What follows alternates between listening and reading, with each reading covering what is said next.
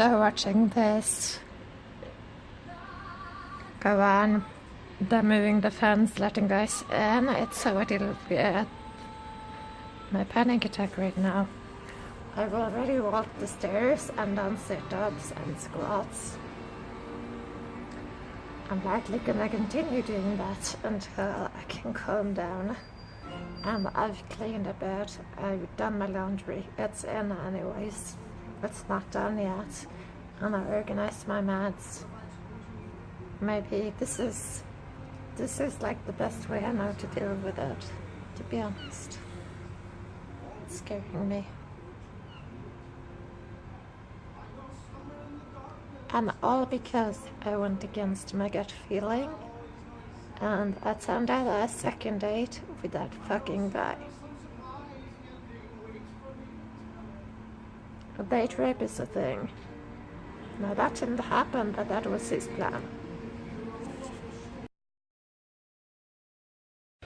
Here you can see the animals in action, trying to decide together what to do. That guy was over there, but is feeling left out and wondering if he should join in or not. And yeah, I'm totally overthinking this, as I do everything. This was not a good idea. I have to go back over there. Okay, let's get another background. That's quite cool here. I was trying to get this picture in frame as well as the window, but I cannot do both at once. Maybe like this, but not too good. Anyways, so what happened? First date, watch the other video. Since then, he sent me a lot of messages going on and on about how pretty I am and wanting to see me. And then I told him, like, why don't you buy me the chocolate you mentioned and then I'll go. How to do again, and he did. And so yesterday I went out with him again. We went to a restaurant. Well, at the restaurant he was behaving perfectly. Of course he paid. Not that it really matters. And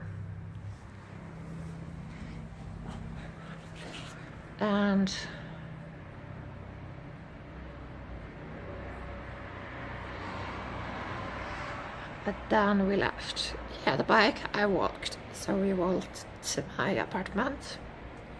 The restaurant is like right over there, like 2 blocks. And then we went here behind me to drop off his bike, and then we walked to the supermarket to buy some booze because he wanted to see what it was like drunk. Don't drink on dates, ever. Well, not the first date anyways, unless you really, really like the guy or girl. And then we continued to walk past his place to the supermarket, like he said, to buy booze.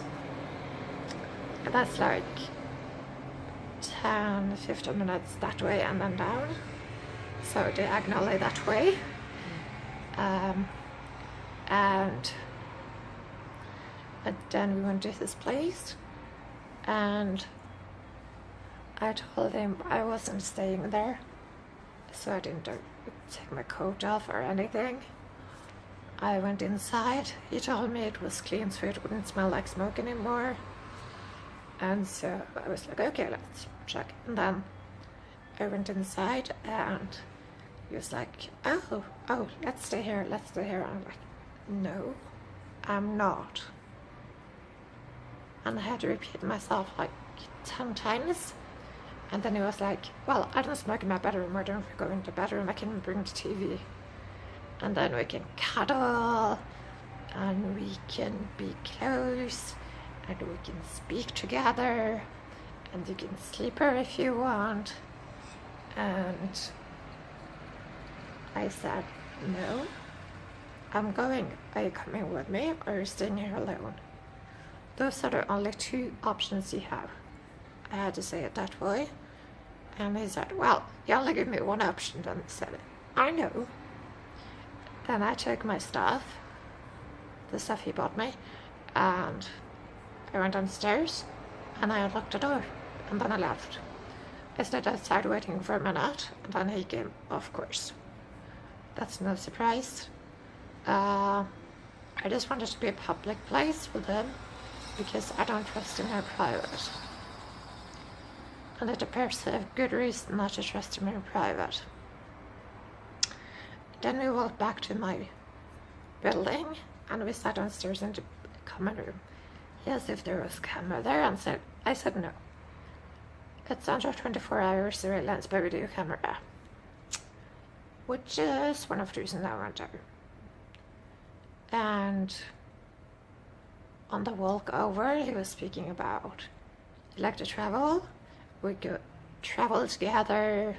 I want to be one person with you. I want that. You can come to my place whenever. I can come to your place whatever. I just want to be close to you.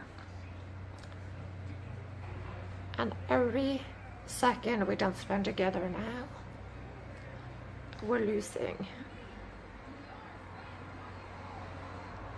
And I'm getting older by the second. And I was starting to feel guilty. Of course I was. Which was his intention. I don't think he's the kind of guy that does it consciously, but the subconscious plays a good part. You know, it's the super ego and the ego. That model has been busted, but it explains the iceberg. Point I'm trying to make. You're only aware of some of your actions. And then I said, I think about it. I'll think about it. I'll think about it. And he said, yeah, but don't take too long. I want to be with you. And I'm like, well, that's good and all. But then you have to wait until I'm ready to do that too. And he just couldn't do that. So on the way back, he tried to hold my hand for like the 50th time, and I was like, whatever, I like holding hands. I had gloves on. And as soon as he did that, ooh, I feel this warm feeling inside of me. And I felt it before when he touched hands too. And I said, well, yeah. Woolen gloves. Of course you're going to feel warm. I said, no, it's a feeling. It's like, and by this point we was like right here. And we were walking to the corner store because they had the type of alcohol I wanted the most. And of course, wanting to please this girl is something. He likes to spoil people, I think. He really should just buy a hooker. But that's not what he's looking for. He's not looking for meaningless less sex. He's just looking for sex and a relationship. And of course, I already told him I'm lesbian. So it's kind of funny. He's sending really mixed signals, like, I want to be with you, I want to be my girlfriend, but I'll also be a friend. I don't need to be any more than a friend, but then after we got back here from the corner store downstairs, he was like, let's sit together. And I was like, okay, I like to cuddle. And then his hands was starting to wander and wander, and I was like, pushed it away. And that said, you're good with your hands, right? You said you were excellent at giving massage, that a colleague had taught you how to do it previously. And I said, yeah, this is true. And so I took off my jacket and my hoodie. I only had the singlet on, the one that says give also a girlfriend. Kind of comical. I went with it for a purpose. I've been using it all week though, so not like I picked it out especially for the occasion. Yeah. The sound was cold. I told him there's a sink downstairs to warm them up. He didn't bother. I can't tell that he's a good massager, but I tell him to massage my neck. This is not my neck. This is not my neck. And this is definitely not my neck. And so I put my clothes back on. And I said,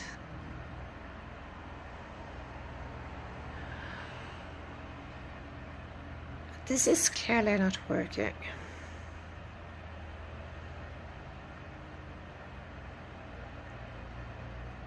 Because you don't accept a no. And you don't accept my voice. You don't listen to my voice. You speak about how our relationship is going to be two-sided. And this aspect, the only side you care about and have ever cared about has been your own.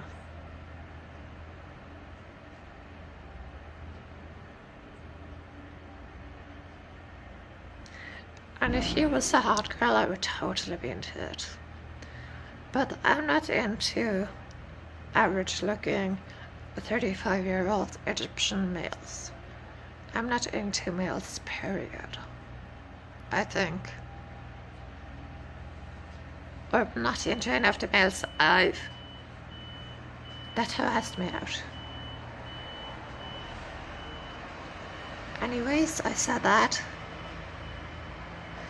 Then I said I'm leaving. I'm going upstairs. And you're going home.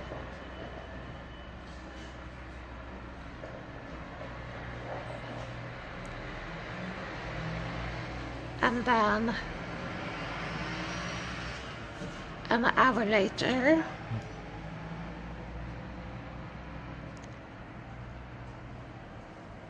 he sent me this text.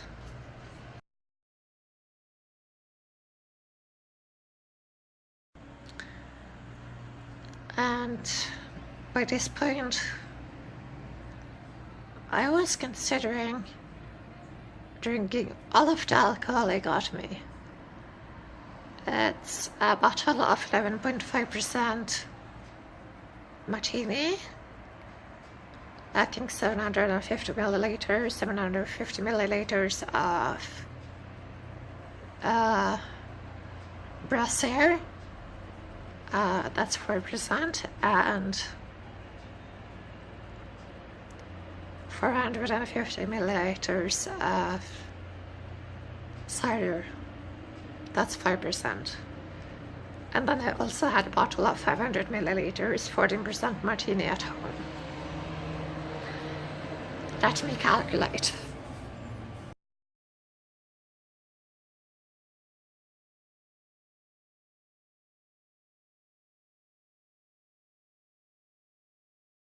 Okay, so I calculated it. It's too noisy to have the window open. 15 units of alcohol is what he bought me. And as you can see from the numbers I just showed, drinking that would not have been a good idea. For comparison, the last time I did that, I babbled about suicide. I puked in my sink. My friends put me to sleep 3 times in the bed right there, and I left every single time out that door and went stumbling in the hallways. I fell down. I saw people. I started crying, and I had like 5 people in my room trying to help me. And then, since I babbled about suicide as well,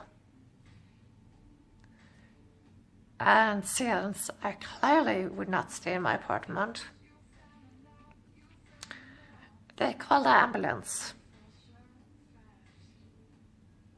I don't remember what my premiere was when I got to the hospital, but I do remember not remembering a lot. I remember like 2 or 3 things after I got that drunk. Falling on the floor, hurting my knees. It was like bruised for a couple of weeks.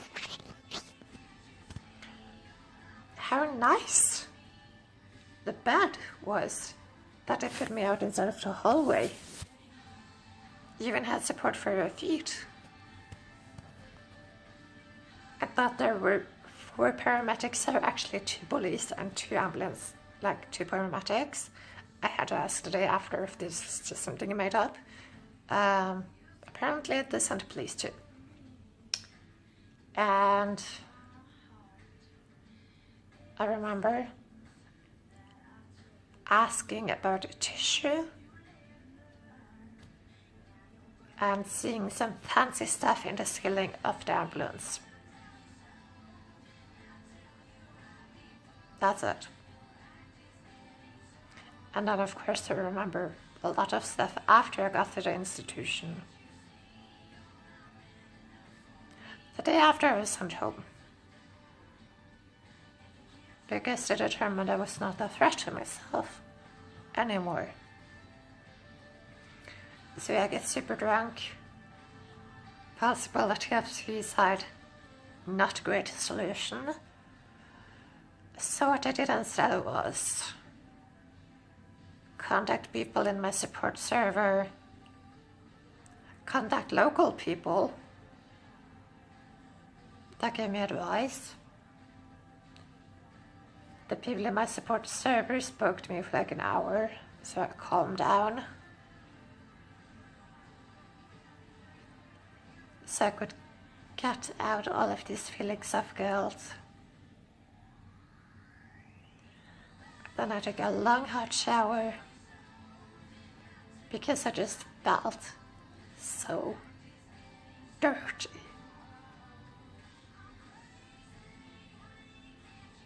Like, how could I do this to myself? How could I let this happen? Even though I didn't let a lot happen, I did go out. The promise of pizza and chocolate got me to his place, and then he touched me.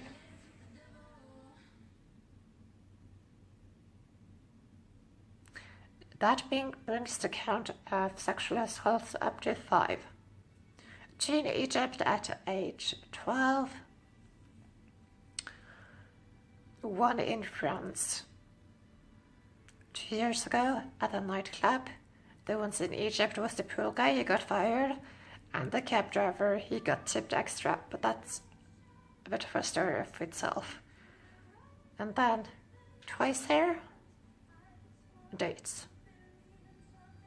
One from Tinder, he got me drunk and saw me topless and shit.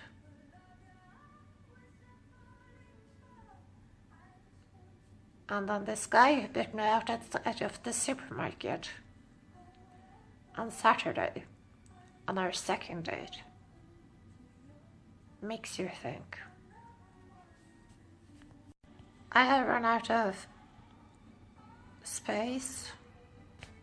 Almost. I have like a minute left to record.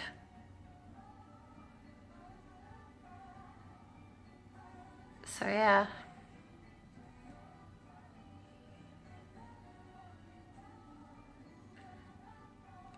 At least I felt clean into bed. I woke up, had a panic attack, walked the stairs, did my exercises, organized my medication, did the laundry, supported someone on my support server, lesbian safe chat, and I'm going to leave you with